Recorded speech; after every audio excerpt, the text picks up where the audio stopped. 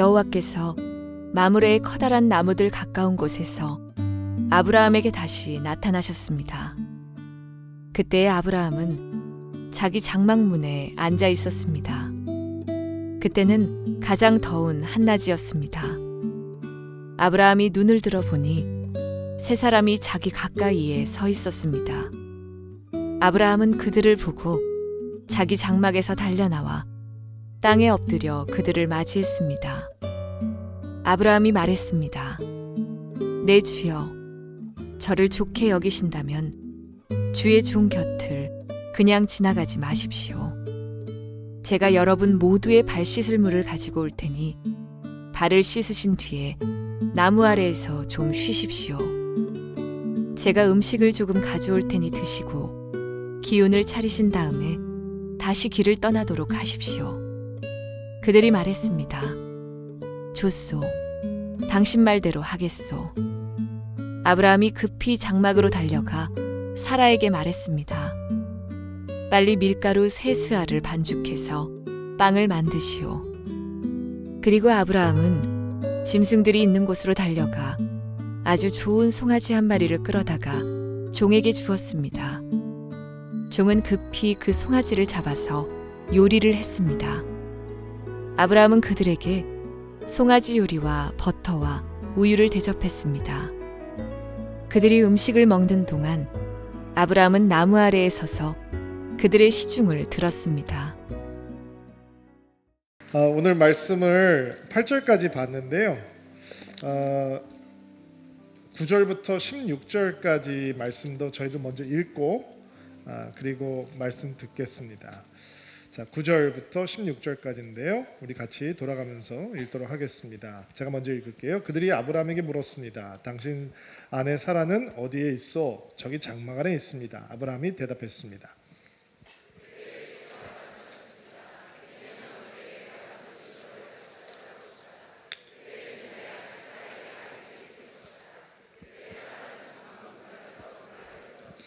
아브라함과 사라는 나이가 매우 많았습니다. 사라는 아기를 가질 수 있는 나이가 지나버린 후였습니다.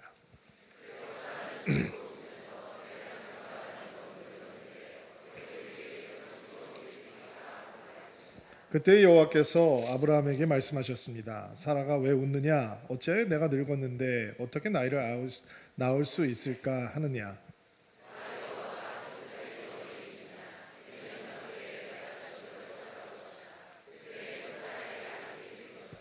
사라는 두려워서 거짓말을 했습니다. 저는 웃지 않았습니다. 그러자 주께서 말씀하셨습니다. 아니다, 너는 웃었다.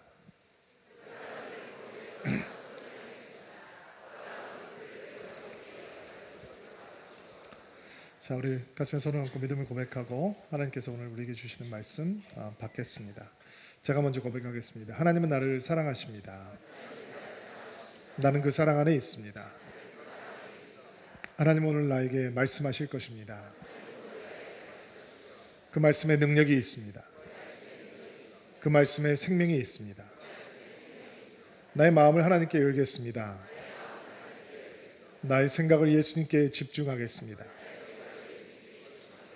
들은 만큼 변합니다. 들은 만큼 행복해집니다. 성경은 믿음의 조상 아브라함을 하나님의 친구라고 얘기를 하죠. 엄청난 타이틀이죠. 하나님의 친구다. 믿음 있는 사람들이 정말 많이 소개되고 있지만 이런 엄청난 축복의 타이틀을 듣는 것은 아브라함이 유일합니다. 야고보서 2장 23절 말씀 한번 같이 읽어볼까요? 야고보서 2장 23절 시작. 아브라함이 하나님을 믿었고 하나님께서는 그 믿음을 받으셨으며 그 믿음으로 성경 말씀의 의미가 무엇인지 이제는 알 수 있을 것입니다. 아브라함은 그 후 하나님의 친구라고 불렸습니다. 자, 여기 보면 아브라함이 하나님의 친구로 불려질 수 있는 계기가 어떤 사건인지에 대해서는 정확하게 설명을 하고 있지 않지만 믿음하고 깊은 관계가 있다 얘기를 해주고 있죠. 믿음으로 의롭다 하심을 받고 그 후에 하나님의 친구라고 불렸다라고 얘기를 해요. 하나님의 친구로 인정을 받으려면 어떤 모습을 하나님의 보여드려야 될까? 어떤 조건들이 갖추어져야 되는 것인가? 만약에 우리가 하나님의 종으로 인정함을 받으려면 우리는 하나님 앞에 충성스러운 모습을 보이면 되겠죠. 우리가 하나님 앞에 좋은 선지자로 인정을 받으려면 어떤 경우에든지 하나님의 말씀을 가감없이 담대하게 증거할 수 있는 모습을 보여야 할 것입니다. 우리가 하나님의 선택하신 목자가 될 수 있기를 바란다면 하나님의 백성, 하나님의 양들을 사랑으로 양육하는 아비됨의 모습, 어미됨의 모습을 보여주면 되겠죠. 우리가 하나님의 용사가 되기 원한다면 어떤 상황에도 흔들리지 않는 용맹스러운 그 용기를 보여주면 우리는 용사라고 하는 인정을 받을 수 있을 것입니다. 그렇다면 우리가 하나님의 친구로 인정을 받으려면 어떤 모습을 보여야 하는 걸까요? 하나님과의 우정, 관계의 돈독함, 이런 것들을 보여드려야 되지 않을까요? 하나님을 향해서 흔들리지 않는 신뢰, 사랑, 헌신, 이런 것들이 확인되어야 하나님의 친구라고 라는 얘기를 들을 수 있지 않을까요? 이런 것은 어떻습니까? 친구를 알아보는 눈, 친구를 알아차릴 수 있는 그 눈, 그것이 있어야 하나님의 친구라는 호칭을 들을 수 있는 것은 아닐까요? 오늘 말씀은 아브라함이 정체를 알지 못하는 세 명의 나그네를 만나는 것으로 시작을 하고 있습니다. 1절과 2절 말씀인데요. 같이 한번 읽어볼게요. 한 목소리로 시작. 여호와께서 마므레의 커다란 나무 가까운 곳에서 아브라함에게 다시 나타나셨습니다. 그때 아브라함은 자기 장막의 문에 앉아 있었습니다. 그때는 가장 더운 한낮이었습니다. 아브라함이 눈을 들어보니 세 사람이 자기 가까이에 서 있었습니다. 아브라함은 그들을 보고 자기 장막에서 달려나와 땅에 엎드려 그들을 맞이했습니다. 자, 하나님께서 아브라함을 다시 찾아오시는데 마므레 큰 나무들이 있는 곳으로 찾아오십니다. 개역 성경에는 마므리 상수리 나무가 있는 곳이다라고 표현을 하고 있죠. 마므레라고 하는 것은 사람의 이름이기도 하고 그리고 지명이기도 합니다. 롯과 아브라함이 헤어졌을 때 하나님께서 찾아오셨던 자리도 바로 이 자리였습니다. 그러니까 이 마므레 상수리 나무가 있는 곳은 아브라함에게는 은혜 체험이 쌓여 있는 곳입니다. 하나님 경험이 쌓여 있는 곳이란 말이에요. 여러분, 믿음의 사람들에게는 이런 자리가 있습니다. 다른 사람들 눈에는 대수롭게 보이지 않지만 그 믿음의 사람들에게는 그곳이 하나님을 만나는 자리이기 때문에 소중한 자리가 있는, 기도가 쌓이고 은혜가 쌓이고 눈물이 쌓이고 하나님 만나는 경험이 쌓여 있는 그런 자리가 바로 마므레였습니다. 축복합니다. 여러분, 교회가 여러분에게 마므레가 되기를 주의 이름으로 축복합니다. 아브라함은 마므레에 앉아 있으면 이제 기대감이 생기겠죠. 하나님께서 그곳에 찾아오시고 말씀하시는, 여러분께서 교회를 들어오실 때 그런 마음의 설렘이 있게 되기를 바랍니다. 오늘 하나님께서 나를 찾아오실 것이고 하나님을 만나는 경험이 있을 것이다 라고 하는 마음의 기대감이 늘 주일 아침에 있게 되기를 주의 이름으로 축복합니다. 마므레에 있는 아브라함을 하나님께서 찾아오시는데, 자, 17장 사건, 언약을 갱신하시고 아브라함과 사라의 이름을 바꿔주시고 그 다음에 할례를 베푸게 하신 17장의 사건과 오늘 우리가 만나게 되는 18장의 사건 사이에는 어느 정도의 시간이 흐른 것일까? 지난주에 우리가 보았을 때 창세기 17장 21절에 내년 이맘때에 내가 다시 너를 찾아올 것이고 내년 이맘때에 네가 아들을 낳게 될 것이다, 이렇게 말씀을 주님께서 하셨잖아요.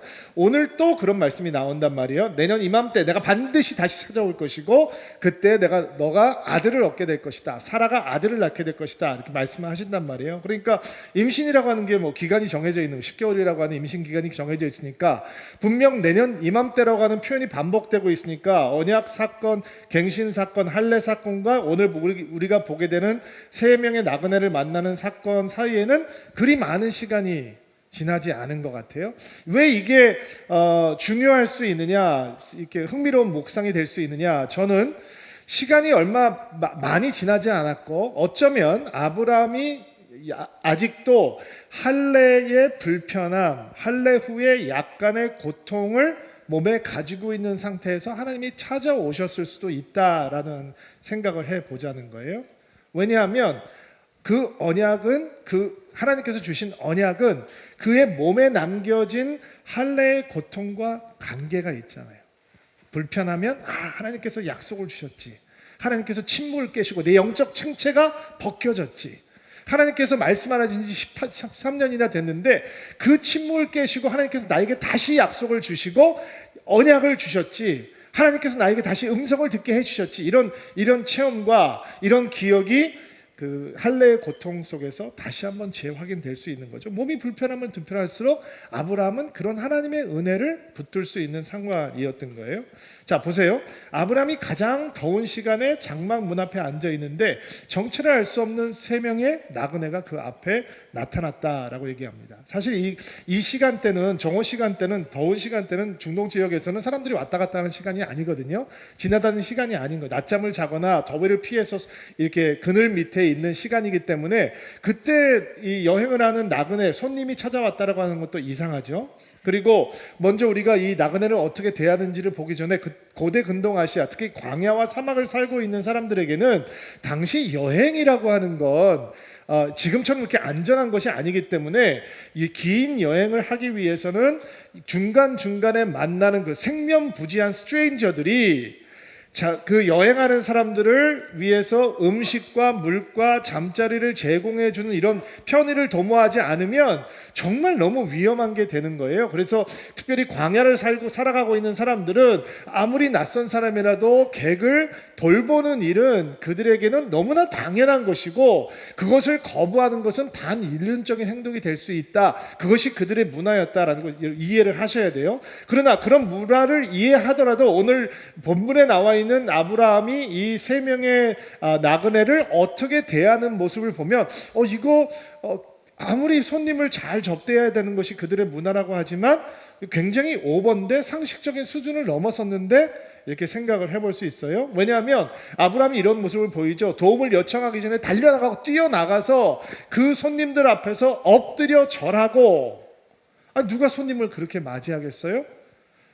그리고 발을 씻을 물을 준비해주고 내가 가서 음식을 준비해 올 테니 잠깐만 기다리고 쉬고 계십시오. 그리고 그냥 먹다 남은 거 이렇게 가져오는 것이 아니라 송아지를 잡고 아내에게 뛰어들어가서 급하게 빨리 빵을 구우라고 그랬는데 그 양이 세스하다 이렇게 얘기를 했어요. 우리는 그 양이 얼마인지 모르니까 설명이 좀 필요하겠죠. 계산하는 방법에 따라서 다른데 적게 잡아도 한 20리터, 24리터 정도, 많게 잡으면 한 45리터. 이것도 감이 안 오죠.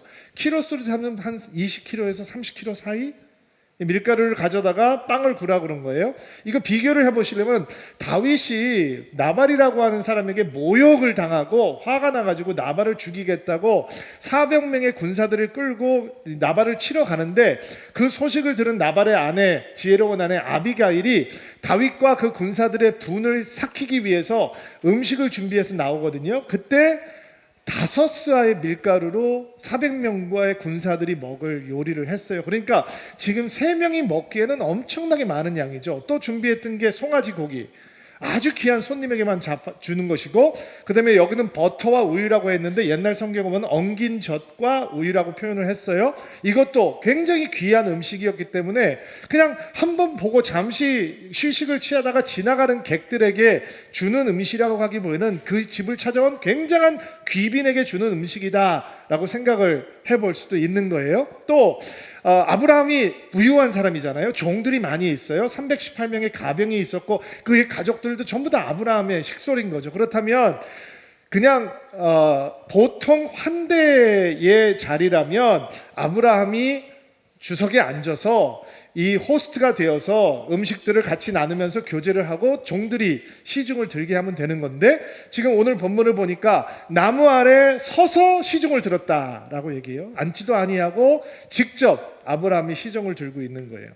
이게 이거 진짜 오버래도 되게 오버네. 왜 이렇게 과하게 섬기는 것이지? 과하게 환대를 하는 것이지? 궁금증을 낳죠. 사실 여기서 성경을 연구하는 사람들의 이제 해석이 조금 갈려요. 첫 번째 해석은 아브라함이 여기 찾아온 3명의 나그네가 한 분은 하나님이시고 2명은 이제 하나님을 보지 않은 천사들인데 하나님인 것과 천사인 것을 알지 못하고 그 당시 고대 근동아시아의 손님 환대법을 따라서 문화를 따라서 극진하게 그들을 대접하는 것이다 라고 해석을 하는 사람들이 있어요. 실제로 히브리에서 보면 나그네를 잘 대접하라고 하면서 부지 중에 알지 못하는 가운데 천사들을 대접한 사람도 있었다라는 표현이 등장을 하는데 그게 바로 아브라함의 얘기다라고 해석을 하면서 이렇게 얘기를 하는 거예요. 그러면 아브라함이 왜 이렇게 극진하게 세 명의 나그네를 대접하고 있느냐? 하나님께서는 그것을 위해서 통해서 무엇을 이루기를 원하시는 것이냐? 아브라함이 복이 될 사람이고 복의 근원이 될 사람이고 축복의 통로가 되는 사람인데 이렇게 나타난 세 명의 나그네를 극진하게 환대함으로 하나님의 축복을 나눌 수 있는 믿음의 그릇으로 하나님께서 만들어 가시고 계시다, 이렇게 해석을 하는 거예요. 또 다른 해석은 아브라함이 처음부터 하나님을 알아보고 이렇게 극진하게 하나님을 환대하고 환영하고 섬기는 것이다 라고 얘기를 하는 사람들이 있어요. 저도 아브라함이 처음부터 하나님을 알아보았다라고 생각하고 묵상을 해보았습니다. 그 이유는 17장에서 하나님께서 영적 침체를 걷어내셨다라고 하는 사실, 긴 침묵을 깨시고 언약을 확인하시고 다시 은혜의 역사를 시작하셨다라고 하는 사실을 주목해 보기를 원하는 거예요.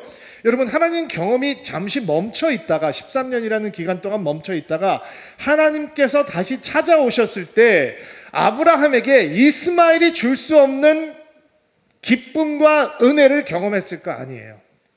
여러분도 이 침체기를 경험해 본 분들이 있다면 그 침체기가 끝나고 그거를 해결하는 하나님의 은혜를 체험할 때 말로 설명할 수 없는 이 뜨거움이 생기는 거잖아요. 그런 것처럼 아브라함도 새롭게 시작한 은혜의 갱신, 다시 시작하는 하나님의 체험으로 인해서 영적 침체가 거쳤고, 그리고 그가 만약에 할례 예식이 지난 다음에 그리 오래되지 않은 시간이었다면 여전히 몸에 남아있는 통증을 통해서 끊임없이 하나님의 언약과 약속을 기억하는 계기가 되었을 것이고, 그는 그러면 어떻게 변하는 것이냐? 그의 믿음이 눈이 열려서 하나님을 기다리고 하나님을 알아보고 이런 눈이 열리고 있었다라고 생각을 해볼 수가 있는 거죠.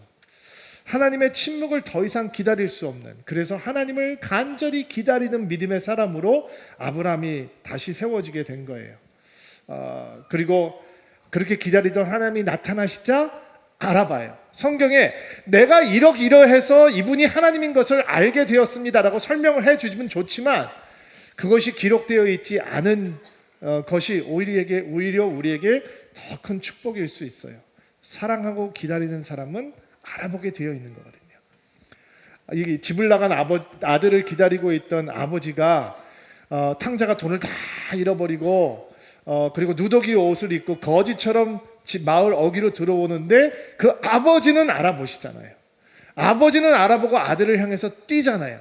사랑하고 기다리고 애타게 목마르고 있으면 다른 사람은 알아보지 못하지만 그는 알아볼 수 있는 것이죠. 하나님께서 지금까지 아브라함에게 음성을 통해서 오시고 말씀을 통해서 오시고 비전을 통해서 오셨어요. 근데 이번엔 육신을 듣고 그 앞에 나타나셨어요. 그리고 아브라함은 그 안에 하나님께서 주신 믿음의 눈이 열리고 하나님을 알아보는 눈이 생긴 거죠.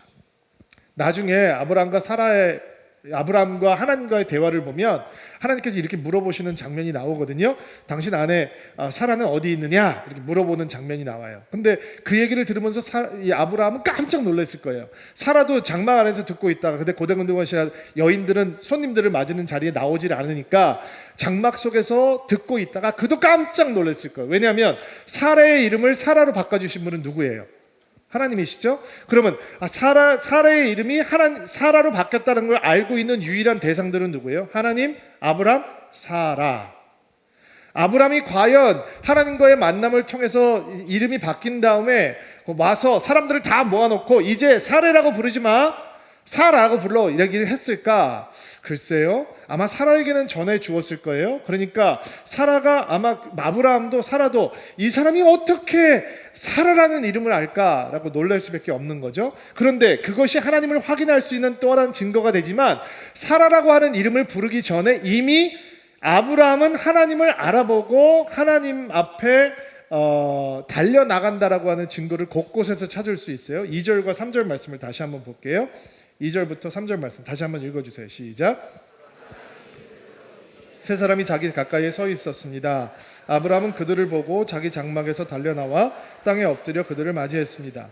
아브라함이 말했습니다. 내 주여, 저를 좋게 여기신다면 주의 종 곁을 그냥 지나지 마십시오. 자, 몇 가지 우리가 주목해야 되는 표현들이 있는데, 눈을 들어, 라고 하는 표현도 있고, 그리고 달려나와 땅에 엎드려, 단순히 손님을 맞이하는 태도가 아닌 거죠. 달려나와서 땅에 엎드려서 하나님 앞에 엎드렸다라는 거예요. 그리고 그 대상을 뭐라고 부르고 있냐면 내 주여라고 부르고 있죠. 이것도 예사롭지 않은 호칭이에요. 근데 고대 군동아시아의 문화를 조금이라도 아는 사람이라면, 그리고 한국에도 나이 드신 분들을 향해서 정중하게 표현할 때 어떤 표현들을 쓰시죠? 선생님, 어르신, 이런 표현들을 쓰는 것처럼 그 당시에도 이 예의 있는 호칭 가운데 다른 사람을 내 주여라고 부르는 게 있지 않았습니까? 이것만 가지고 하나님이라고 얘기하기에는 좀 무리가 있는 것 같다라고 생각할 수도 있는데, 내 주여랄 때 주라고 하는 단어는 아도나이라고 하는 단어예요.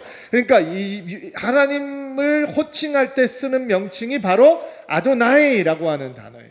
지금도 유대 사람들은 야훼라고 하는 이름이 등장을 하면 그 이름은 너무 부르기에도, 입에 올리기에도 거룩한 이름이기 때문에 아도나이라고 읽어요. 그럼 영어로 번역을 할 때는 어르신, 선생님 이런 표현으로서의 주라면 소문자로 Lord, 그것이 하나님을 향한 것이라면 대문자로 Lord 쓰고 있단 말이에요. 여기서는 대문자 Lord예요. 그러니까 이 하나님을 알아보고 믿음의 눈이 열린 아브라함이 하나님을 알아보고 하나님 앞에 달려나와서 엎드려서 나의 주여라고 부르고 있어요. 그리고 그 다음 얘기가 너무 제 마음속에 와닿았어요. 주의 종의 곁을 그냥 지나가지 마십시오. 은혜로운 외침이죠. 여러분, 영혼 가운데 심겨지는 말씀이 되기를 바랍니다. 주의 종의 곁을 그냥 지나가지 마십시오. 이런 말씀은 해석학적으로 접근을 하기보다 큐티 묵상식으로 접근을 해야 돼요. 여러분, 지금 아브라함이 무슨 마음을 보여주고 있는 거예요? 하나님, 제가 하나님 없이 13년을 살아봤습니다. 이스마엘에게 취해서. 근데 제가 바보였습니다. 하나님 다시 찾아오시고 나니까 이스마엘 때문에 웃었던 웃음은 그건 진짜 웃음이 아니었네요. 그게 누렸던 행복은 그게 행복이 아니었어요. 내가 잊고 있었던 하나님의 은혜를 다시 맛보고 나니까, 하나님, 난 그 은혜 없이는 못 살겠습니다. 그러니까 나를 그냥 지나가지 마세요. 나 또 주님 만나고 싶어요. 또 주님 앞에 나오고 싶어요. 주의 음성 또 듣고 싶고, 하나님 찾아오셨는데 나에게 또 은혜 주세요. 이런 마음이 담겨 있는 거죠. 나를 절대로 그냥 지나가지 마십시오. 이게 예배죠. 이게 예배인 거예요. 여러분, 우리가 주일날 주님 앞에 나올 때 여러분이 교회를 몇 년 다녔는지 중요하지 않아요. 이런 갈급한 달려나옴이 있어야 되는 거죠. 하나님께서 우리를 사랑하시고 하나님께서 우리에게 말씀하시고 우리에게 은혜 주시기를 원하는데, 여러분, 이거 나와야 되나 말아야 되나 망설인다는 게 그게 어떻게 사랑일 수 있고 그게 어떻게 하나님의 친구일 수 있겠어요. 아브라함은 하나님을 향해서, 하나님을 사랑하기 위해서, 사랑을 받기 위해서, 믿음을 고백하기 위해서, 하나님을 찬양하기 위해서 달려나오고 있는 거예요. 급하게 주님 앞에 달려나오고 있는 거죠. 이런 예배가 우리 가운데 회복되기를 주의 이름으로 축복합니다. 여러분, 이게 은혜를 체험한 사람들이 가지고 있는 공통점이에요. 은혜를 맛본 사람들이 가지고 있는 공통점, 은혜를 향해서 달려나가는 갈급한 마음이 그들 가운데 있는 거예요. 제가 오래전에 어느 작은 교회에서 주일학교 교사로, 중고등부 교사로 섬긴 적이 있어요. 너무 작은 교회라서 담임 목사 한 분 말고는 이제 교육자가 없어서 주일학교나 다른 모든 프로그램들 이제 평신도들이 진행을 했는데, 저는 주일학교 고등부 교사로 이제 아이들을 섬겼어요. 제가 은혜를 체험하고 뜨거워져 있던 때라, 여름 방학이 되면, 미국은 여름 방학이 한 3달 정도 되거든요. 그러면 아이들을 일주일에 2-3번씩 주중에 교회로 불러서 제가 차 다 가지고 가서 다 데려다가 교회에다가 데리고 와서 성경 공부를 했었어요. 한 2-3시간씩 성경 공부하고 끝나고 나면 무릎 꿇고 막 부르짖고 기도하고. 근데 애들이 그거 좋아하겠어요? 고등학생들이 누가 교회 와서 일주일에 2-3번씩 성경 공부하기를 원하겠어요? 근데 제가 막 피자 사주고 밥 사주고 밥해 먹이고 아이스크림 사주고 막 영화도 보여주고 그러니까 애들이 오는 거예요. 겁도 없이 막 요한계시록 이런 책도 막 같이 공부하고, 제가 평신 성경을 안 하고 혼자서 열심히 공부해서 가서 가르치고. 근데 한 2달 정도 지났는데 제 차에 이제 애들 꽉 태우고 가는데, 교회를 거의 뭐 한 500m 남겨두고 가는데 애들 몇 명이서 큰 성경을 들고 막 뛰면서 교회를 가고 있는 거예요. 차가 비었으면 세우고 태울 텐데 차가 비질 않아가지고 보면서 속으로 저는 이렇게 이 더운 여름에 땀을 뻘뻘 흘리면서 자전거더라도 타고 오지 그렇게 왜 뛰어가지고 오나 생각을 하고 제가 교회 가서 그 아이들이 왔는데 왜 이렇게 뛰어왔니? 물어보니까 뭐 은혜 받고 싶어서요. 성경 공부하고 싶어서 왔다는 거예요. 이게 공통점이죠. 티네이저들도 나이 드신 분들도 은혜를 향해서 이렇게 달려 나오게 만드는 게 하나님의 역사인 거예요. 여러분 교회 올 때 이런 마음으로 오시죠? 시원찮았어. 여러분 교회 올 때 이런 마음으로 오시죠? 여러분 이런 마음으로 올 수 있게 되기를 바랍니다. 근데 이렇게 하나님께 나와서 제발 나를 그냥 지나치지 마십시오. 내 섬김을 내가 하나님을 좀 환대하고 싶습니다. 그러고서 막 음식을 차리잖아요. 음식을 거하게 차려요. 이 상다리가 부러지게 차려 놓는데 하나님께서 그거를 받아주신단 말이에요. 그게 예배의 완성이죠. 여러분 이렇게 예배 드리러 오셨는데 하나님께서 너 찬양할 때 너 딴 생각하는 거 내가 다 봤어. 너 지금 말씀하는데 너 딴 생각하는 거 다 봤어. 이런다면 예배가 완성이 안 되는 거잖아요. 하나님께서 섬김을 다 받아주세요.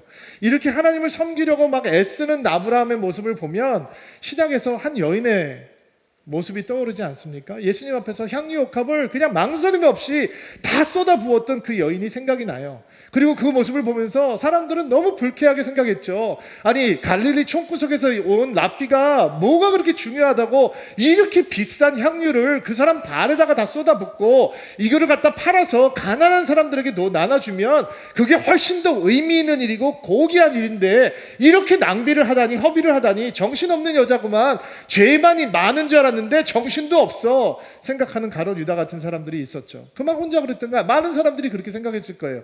왜 그것이 낭비라고 생각할까? 여인의 마음을 모르기 때문에요. 여인은 이런 예수님의 마음을 아는 거예요. 예수님께서 마태복음 13장에 이런 말씀을 하세요. 44절부터 46절인데 같이 한 목소리 한번 읽어볼게요. 시작.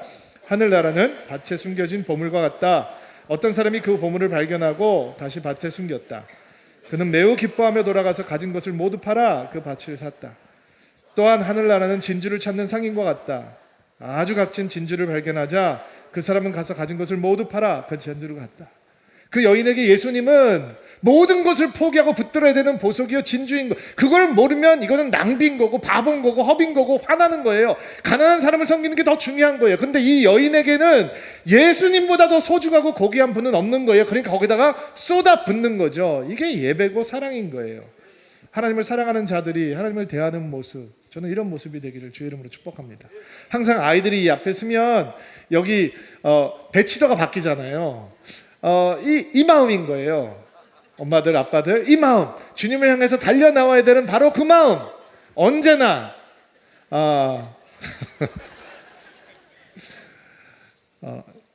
여러분 교회를 다니다 보면 자칫 이 아브라함의 마음, 이 여인의 마음을 옛날엔 나도 그랬었어 라고 하는 간증거리로 잊게 되거든요. 저는 그렇게 안 잊어버리는 여러분이 되기를 주의 이름으로 축복합니다.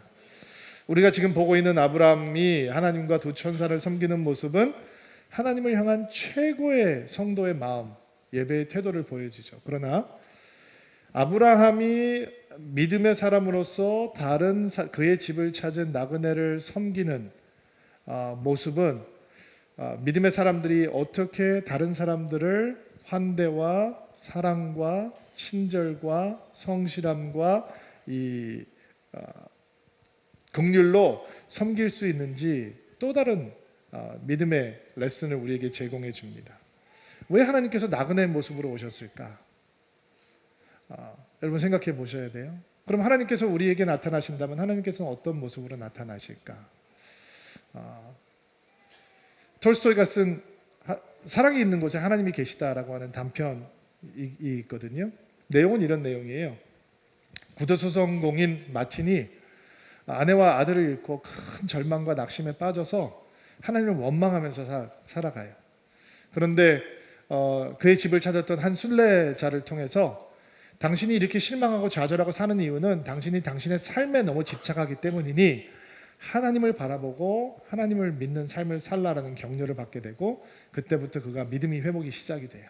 성경을 열심히 읽으면서 하나님의 평강을 찾아가요. 근데 어느 날 은혜 가운데 하나님께서 이 마틴이라고 하는 구두수성공에게 음성을 들려주시는 거예요. 내일 내가 너를 찾아갈게. 얼마나 감격스러운 얘기예요.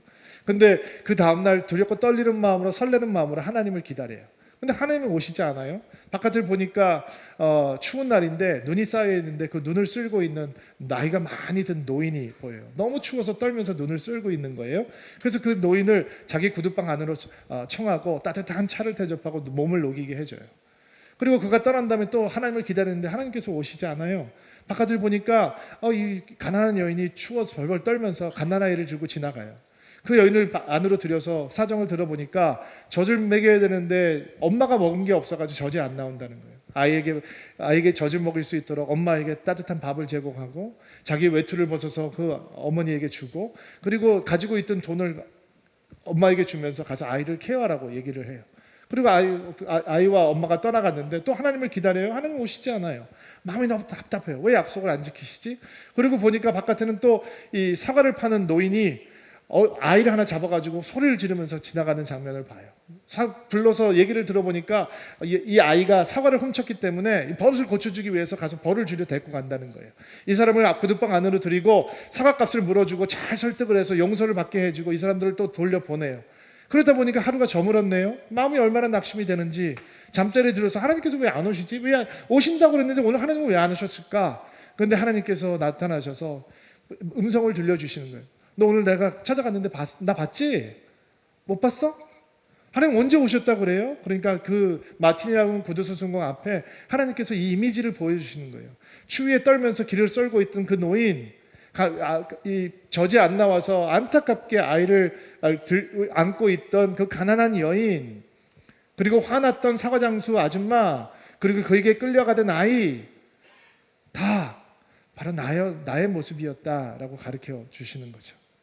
여러분, 우리 신앙의 선배들은 긍휼 사역을 하면서 그들이 가난한 사람을 섬기고 아픈 사람들을 섬길 때 오늘 우리가 혹시 섬기는 사람 가운데 예수님이 계실지 모른다라고 하는 마음으로 서로 격려하고 도전했다고 합니다. 실제로 마태복음 25장에는 예수님께서 사랑하는 종들에게 이렇게 말씀하시는 장면들이 나오잖아요. 내가 아플 때, 내가 배고플 때 너희가 먹을 것을 주었고, 목마를 때 너희가 마실 것을 주었고, 나그네로 있을 때 내가 나를 초대해 주었고, 헐벗었을 때 내가 나를 입혀 주었다. 내가 감옥에 갇혀 있을 때 너희가 나를 돌봐 주었다. 그러니까 충성스러운 종들이 주인에게 얘기하지 않습니까? 주님, 우리가 언제 주님을 그렇게 돌보았다고 합니까? 예수님께서 뭐라고 말씀하세요? 형제 중에 가장 보잘것없는 사람들을 위해서 한 일이 바로 나를 위해서 한 일이다. 지금 아브라함을 통해서 우리가 배우는 환대의 영성, 믿음의 영성은 바로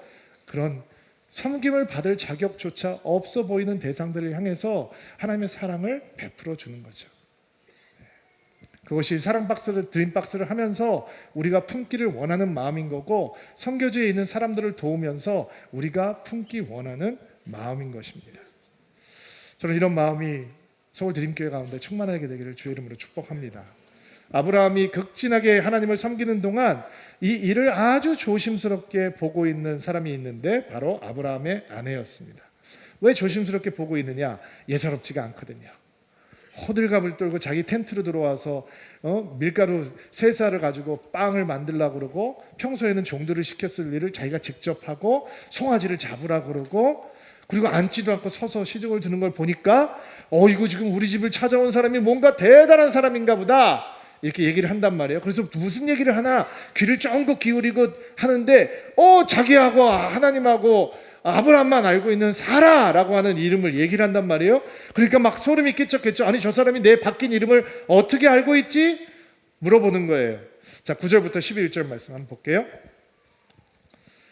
읽어주세요. 시작. 그들이 아브라함에게 물었습니다. 당신 아내 사라는 어디에 있소? 저기 장막 안에 있습니다. 아브라함이 대답했습니다. 그때 주께서 말씀하셨습니다. 내년 이맘때에 내가 반드시 너를 다시 찾아올 것이다. 그때에는 내 아내 사라에게 아들이 생길 것이다. 그때 사라는 장막 문간에서 그 말을 들었습니다. 아브라함과 사라는 나이가 매우 많았습니다. 사라는 아기를 가질 수 있는 나이가 지나버린 후였습니다. 자, 하나님께서 지금 아브라함을 찾아오신 이유가 바로 이 이유 때문이에요. 아브라함이 기쁜 소식을 사라에게 전해주지 못했던 것 같아요. 그러니까 나중에 사라가 그것을 온전히 신뢰하고 있지 못하는 것을 보니까 아브라함이 이름이 사레에서 사라로 바뀌었어까지는 전달을 할 수 있었는데 아직 당신이 내년 이맘때 아들 낳을 거래라는 얘기는 전하지 못한 거. 안 믿어지니까 이게 힘든 거죠. 믿어져야 전하는데 아직 자기도 쑥 믿어지지가 않으니까 전하지 못하고 있었던 것 같아요. 그리고 하나님께서 이 말씀을 사라에게 주시고 사라에게 똑같이 아브라함에게 주신 믿음을 주기 위해서 찾아오신 거예요. 두 번째 하나님께서 찾아오신 이유는 소돔과 고모라의 일을 경고하시기 위해서예요. 자, 12절 말씀 보세요. 아들 낳을 거라고 하는 말씀을 들으면서 사라의 반응은 이렇습니다. 읽어주세요. 시작.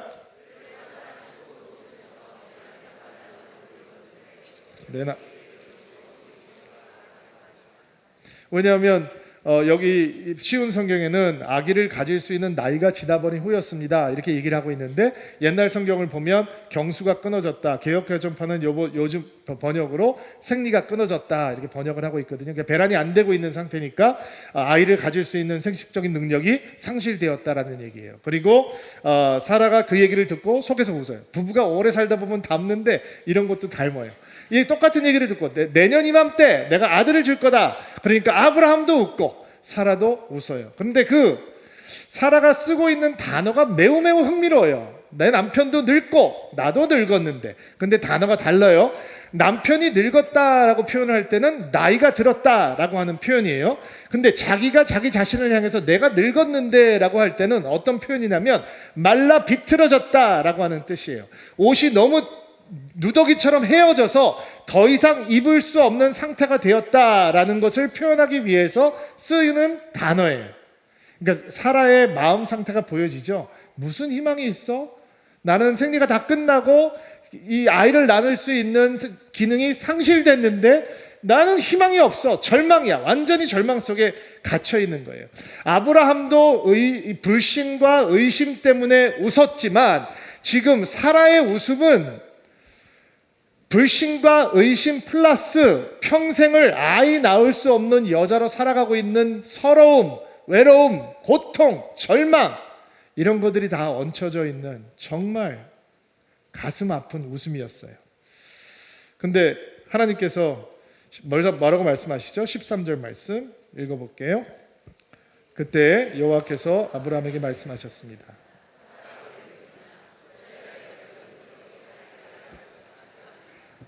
자, 지금 아브라함에게 말씀을 하시는 거죠. 사라가 이런 생각을 하고 있는데 대화는 아브라함하고 되고 있는 거예요. 유대인들의 전승을 따르면 유대인들의 이 성경을 해석하는 전승을 따르면 하나님께서 사라의 아픔을 배려하고 사라를 마음을 아프게 하지 않기 위해서 직접 얘기하지 않고 아브라함을 통해서 지금 말씀하신다라고 해석을 했어요. 굉장히 흥미롭죠. 지금 사라가 왜 웃느냐라고 하는 하나님의 질문 속에서 여러분은 하나님의 마음을 보셔야 돼요. 이게 아버지의 마음이에요. 하나님의 마음이 지금 어떤 마음인 거냐? 사라야, 내가 너에게 지금 기쁜 소식을 주고 있는데 너는 왜 기뻐하지 못하니? 내가 지금 너의 고통을 끝내주겠다고 얘기를 하고 있잖아. 내가 너의 원통함을 끝내겠다고 얘기하고 있잖니. 근데 너는 왜 진짜 웃지 못하니? 왜 진짜 기뻐하지 못하지? 하나님이 마음이 아프신 거예요. 그러면 사라가 왜 이 기쁜 소식을 보면서 웃지 못하고 있죠? 그는 절망의 바닥에 떨어져 있기 때문이에요. 경수가 끊어져 버렸어요. 불가능한 거예요. 어떤 희망도 없어요. 아니, 그가 희망을 느껴본 지는 정말 너무 오래된 거예요. 근데 그때 사라가 필요한 건 뭐예요? 믿음이에요. 믿음이 생기려면 누가 보여야 된다고 그랬죠? 하나님이 보여야 돼요. 어떤 하나님이 보여야 돼요? 아브라함에게 보여줬던 하나님이어야 돼요. 17장을 열면서 하나님께서 영적 침체를 끝내시면서 아브라함에게 뭐라고 말씀하셨죠? 나는 전능하신 하나님이라, 나는 엘셰다이라, 나는 능치 못함이 없느니라. 그래서 하나님께서 뭐라고 말씀하시느냐? 14절 말씀 읽어주세요.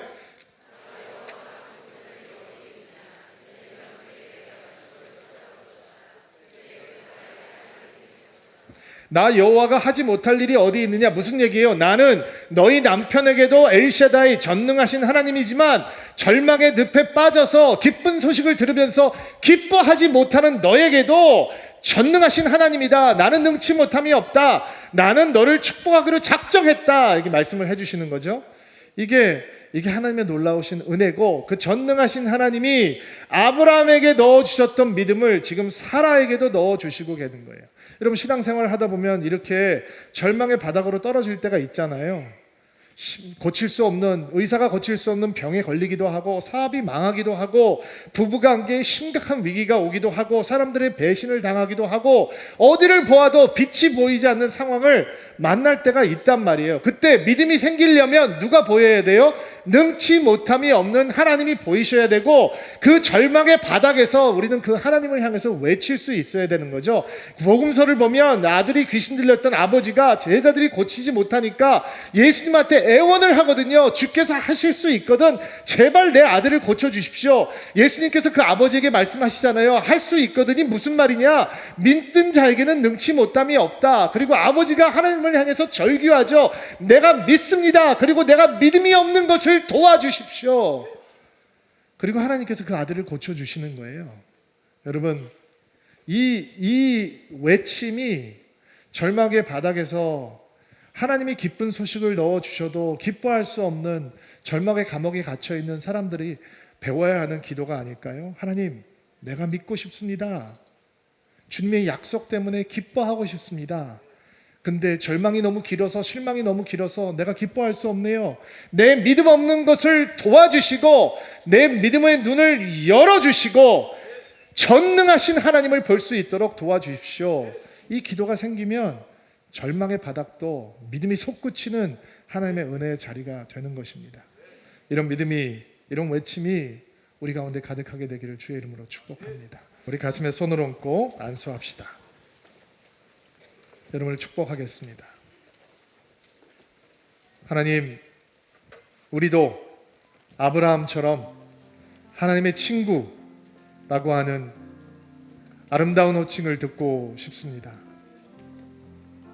하나님이 아브라함을 찾으셨을 때 단번에 알아보고 그 믿음의 눈을 열고 하나님을 알아보았던 것처럼, 우리도 은혜의 자리에서 은혜를 알아보고 하나님의 은총을 알아보고 하나님을 알아보는 믿음을 갖게 하옵소서.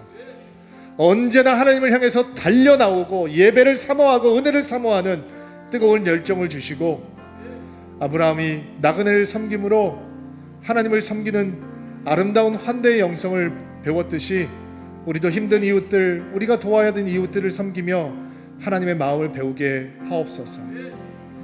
절망의 자리에서 기쁜 소식을 들으면서도 기뻐할 수 없는 낙심 가운데서, 주여, 우리가 믿기를 원합니다.